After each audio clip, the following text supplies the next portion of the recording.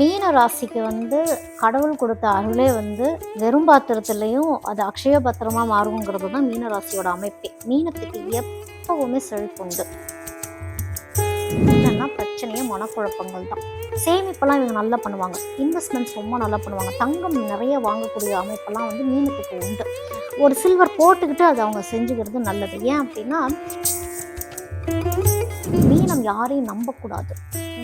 மீனம் யாரெல்லாம் நம்பி போய் கொடுக்குறாங்களோ அவங்க ஏமாத்திடுவாங்க மீனம்.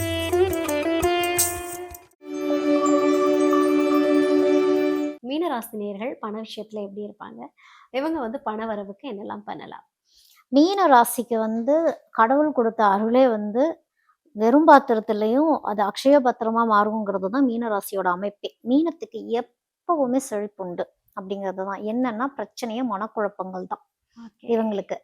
ஏன்னா பாதி இமேஜினேஷன்லயே தான் இருப்பாங்க. பாதி மாயைங்கிற உலகம், அப்புறம் தான் கொஞ்சம் ரியாலிட்டிங்கிற மாதிரியே இருக்கும். இதை எப்படி இவங்க பேலன்ஸ் பண்ணி வாழ்றாங்கன்னு ஒன்று இருக்குது. சேமிப்பெல்லாம் இவங்க நல்லா பண்ணுவாங்க. இன்வெஸ்ட்மெண்ட்ஸ் ரொம்ப நல்லா பண்ணுவாங்க. தங்கம் நிறைய வாங்கக்கூடிய அமைப்பெல்லாம் மீனத்துக்கு உண்டு. ஒரு சில்வர் போட்டுக்கிட்டு அதை அவங்க செஞ்சுக்கிறது நல்லது. ஏன் அப்படின்னா அவங்களுடைய மைண்டு கொஞ்சம் ஒரு இந்த சந்திரன் மாதிரி தான். கொஞ்ச நாளைக்கு நல்லா ஆக்டிவா இருக்கும். அதுக்கப்புறம் திடீர்னு டல்லாகும். எதையோ யோசிக்கும். ஏன்னா மீனத்துடைய பிறப்பே என்ன அப்படின்னா, மீனத்துல இருக்கக்கூடிய நட்சத்திரங்களுடைய பிறப்புலயே அதுல இருக்க சில நட்சத்திரத்துடைய வாழ்க்கை முறையெல்லாம் மீனா இருந்து கடல்ல இருந்து அதுக்கப்புறம் ஆகாயத்துக்கு போய், அதாவது 4 யுகங்களா இருந்த ஒரு அமைப்பு இவங்க. அதாவது முதல் யுகம் தோன்றது அப்ப இருந்தே இந்த மீனம் இருக்கு அப்படிங்கிறது தான். எல்லா யுகங்களையும் பார்த்து எந்த யுகத்திலையுமே வாழ்றதுக்கு தெரியாம ஒரு பாதி கற்பனையிலேயே இருப்பாங்கன்னா அது மீனம் தான். அந்த அளவுக்கு இமேஜினேஷன்ஸ் போகும். அவங்களுக்கு அந்த அளவுக்கு எனர்ஜிஸ் நிறைய கனெக்ட் ஆகும் அப்படிங்கிறதெல்லாம் இருக்கு. குழப்பங்கள் ரொம்ப அதிகம். யாரை நம்புறதுன்னு தெரியாது. அவ்வளோ சீக்கிரம் யார்ட்டையும் பழக மாட்டாங்க. அப்படி யார்ட்டையாவது பழகுறாங்கன்னா திடீர்னு ஏமாந்துருவாங்க. அதுக்கப்புறம் அந்த ஏமாற்றுறதுலேருந்து மீண்டும் எமோஷன்ஸ்ல போய் சிக்கிடுவாங்க மீனம். இந்த எமோஷன்ஸ்லயே செல்வ செழிப்பை இழந்துருவாங்க. சம்பாதிக்காம போயிடுவாங்க. மீனம் மாதிரி ஒரு ஒர்க்கஹாலிக் கிடையவே கிடையாது. மீனம் ஒரு தொழிலை தொட்டுட்டாங்க, ஒரு வேலையை பார்க்க ஆரம்பிச்சிட்டாங்கன்னா ஸ்பிரிச்சுவலா வேலை பார்க்குறவங்க மீனம். அந்த அளவுக்கு கான்சென்ட்ரேஷன் பண்ணி அவங்க செய்வாங்க. ஆனா அதுக்கு எமோஷனலா எங்கேயும் போய் கனெக்ட் ஆயிடக்கூடாது அப்படிங்கிறது தான் மீனத்துக்கு சொல்லக்கூடிய விஷயமே. மீனம் பொருள் சேர்க்கையெல்லாம் ரொம்ப நல்லா இருக்கும். என்னன்னா யார்கிட்ட கொடுக்குறாங்கன்னு ஒண்ணு இருக்கு. யாருடைய பேர்ல ரெஜிஸ்ட்ரேஷன் பண்றாங்கன்னு ஒண்ணு இருக்கு. மீனம் யாரையும் நம்பக்கூடாது.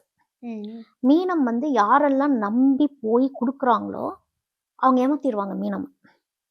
ஏன்னா இவங்களுக்கு ஆட்களை நம்புறதுல ஒரு கன்ஃபியூஷன்ஸ் ரொம்ப அதிகம். நல்லவங்களையெல்லாம் விட்டுருவாங்க. யாரு இவங்க போய் ஒரு வெளி தோற்றத்தை பார்த்தோ இல்லை இவங்க நம்மளுக்கு ப்ரொடெக்ஷனா இருப்பாங்கன்னு நினைச்சோ அவங்கள்ட்ட போறப்ப அந்த பார்ட்னர் இவங்களை ஏமாத்துவாங்க. ஒரு அன்பால நம்ம லைஃப் பார்ட்னரே ஆகட்டும்னு சொல்லி கூட அவங்க பேர்ல ஏதாவது ப்ராப்பர்ட்டி வாங்குறாங்க அப்படின்னா எப்பயாவது அது ஒரு ஏமாற்றத்துக்குள்ள கொண்டு போய் விட்டுரும். அதனால எல்லாமே இவங்க பேர்ல வச்சுக்கிறது மீனம். என்ன வாங்கினாலும் சரி அதை இவங்க பேர்ல இருந்துகிட்டா நல்லது. ஓகேவா? மீனராசினியர்கள் இந்த கோவிலுக்கு போய் வழிபட்டுட்டு வந்தா இன்னும் சிறப்பானதா இருக்கும். பணவரவு செல்வ செழிப்பா இருக்கும்னா எந்த கோவில்?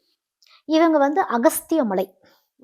அகஸ்திய மலையில இருக்கக்கூடிய தத்தாத்திரேய தீர்த்தம்னு ஒரு இடம் இருக்கு. அந்த இடத்துக்கு போகட்டும். கோயில்லாம் கிடையாது. அது அந்த இடத்துக்கு பேர் அகஸ்திய மலையில இருக்க தத்தாத்திரேய தீர்த்தம். அங்க போயிட்டு அந்த இடத்துக்கு போனாலே, ஏன்னா அங்க நிறைய சித்தர்கள் வாசம் செய்யறதாவும் தத்தாத்திரேயவே காட்சி கொடுப்பாருன்னு இருக்கு. ஒரு சிலருக்கு ஞானமாவே காட்சி கொடுப்பாருன்னு இருக்கு. ஏன்னா நான் சொன்னேன் இல்லையா, இந்த மீனம் மட்டும் ஒரு ஸ்பெஷல். ஏன்னா இது மோட்சத்துக்கான பாதை. இவங்களுடைய வாழ்க்கையின் பிறப்பே ஒரு தேடல் தான். ஏன்னா கடல்லையும் வாழ்ந்து, ஆகாயத்திலையும் வாழ்ந்து, நடுலையும் வாழ்ந்து, பூமியிலையும் வாழ்ந்தது யாருன்னா அது மீனம் தான். அந்த மீனத்தோடைய நட்சத்திரங்களுடைய அமைப்பு தான் அது. அப்படிப்பட்டவங்களுக்கு ஸ்பிரிச்சுவல் வைஸ் முதல் ஸ்ட்ராங் ஆவாங்க.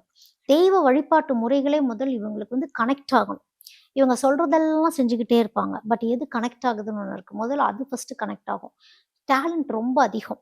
அந்த கிரியேட்டிவிட்டியை எங்க போய் செலுத்துறதுன்னு ஒன்று இருக்கும். அந்த கிரியேட்டிவ் டேலண்ட்லயே ஒரு growth அப்படிங்கிறது இவங்களுக்கு வந்துடும். அதே மாதிரி இவங்க இன்கம் எப்படி பார்க்கணும்னா, இவங்க மோட்சத்துக்கான பாதைன்னு சொல்லிட்டேன். இப்போ இவங்க தத்தாத்திரேயாவை போய் போய் அந்த தரிசனத்தை அவங்க வாங்கிட்டாங்க அப்படின்னாலே ஏதாவது ஒரு ஹீலிங் ரிலேட்டடா ஒன்று தொடரும். அது என்னவா வேணாலும் இருக்கலாம். நீங்க போய் ஹீலிங் பண்ணணுன்ட்டு இல்ல. நீங்க ஹீலிங் பண்ற பொருளோ, இல்ல அந்த ஹீலிங் பண்ற ஏதாவது ஸ்டாக் மார்க்கெட்ஸ்ல ஒரு ஷேர்ஸ் வாங்குறதோ, ஏதோ ஒண்ணு உங்கனால ஒரு ஹீலிங் நடக்கிறதா ஒண்ணு இருக்கணும். ஓகே. ஏன்னா, இந்த மீனத்துல இருக்கவங்க வந்து யாருக்காவது மருந்து வாங்கி குடுத்தாங்கனாலே நோய் தீரும்ங்கிறதெல்லாம் ஒரு அமைப்பு இருக்கு. ஆ. அந்த மாரி இவங்க ஹீலிங் இப்ப காஸ்மெட்டிக்ஸ் பண்றாங்க. அது ஆயுர்வேதா சம்மந்தப்பட்டதா இருக்கட்டும். இயற்கையோட இயந்திருக்கிறது. எந்த விஷயங்கள் மீனம் செஞ்சாலுமே வந்து ஒரு குரோத் நல்லாருக்கும்.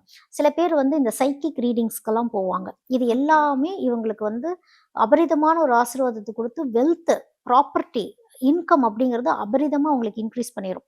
இப்போ அந்த இடத்துல போயிட்டு, அந்த தத்தாத்திரேய தீர்த்தத்த அங்க போயிட்டு அந்த தீர்த்தத்தையே தான் அவங்க அபிஷேகமா திரும்பவும் எடுத்து இப்படி குடுக்கணும்.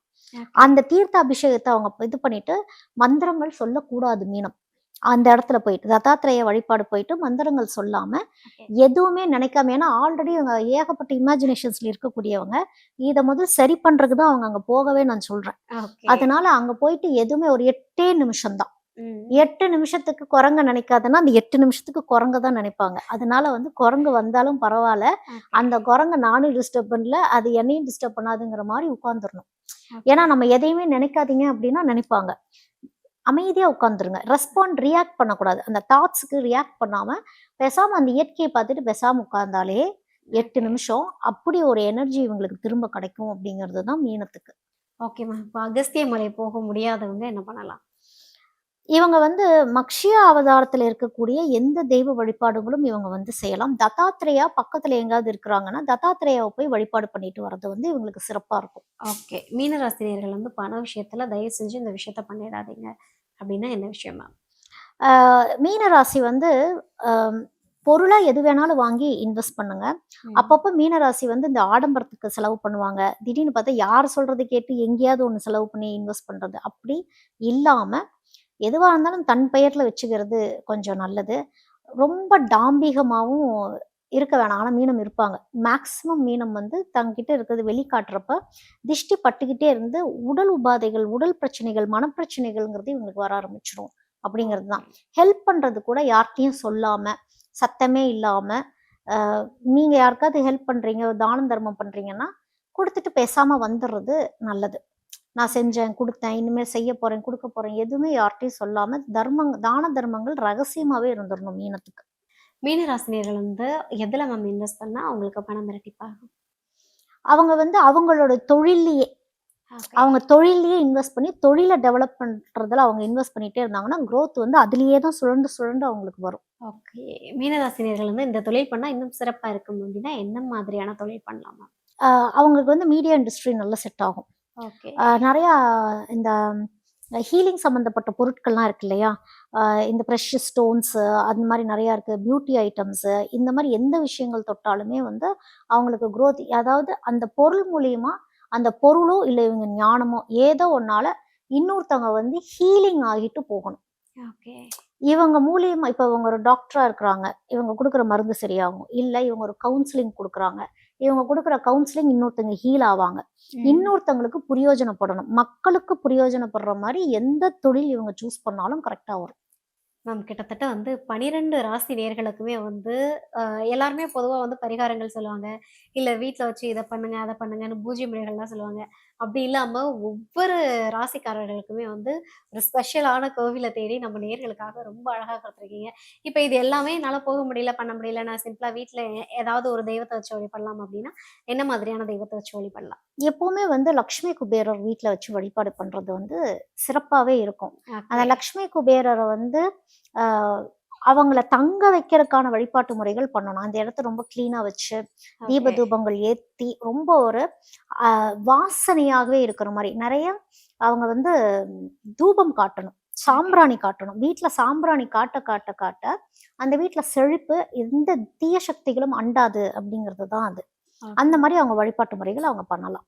Okay ma'am. நம்ம நேயர்களுக்காக ஸ்பெஷலா நெறைய சர்ச் பண்ணி நெறைய தகவல்கள் குடுத்துருக்கீங்க. ரொம்ப பயனுள்ளதா இருக்கும்னு நெனைக்கிறேன். Thank you so much ma'am. நன்றி.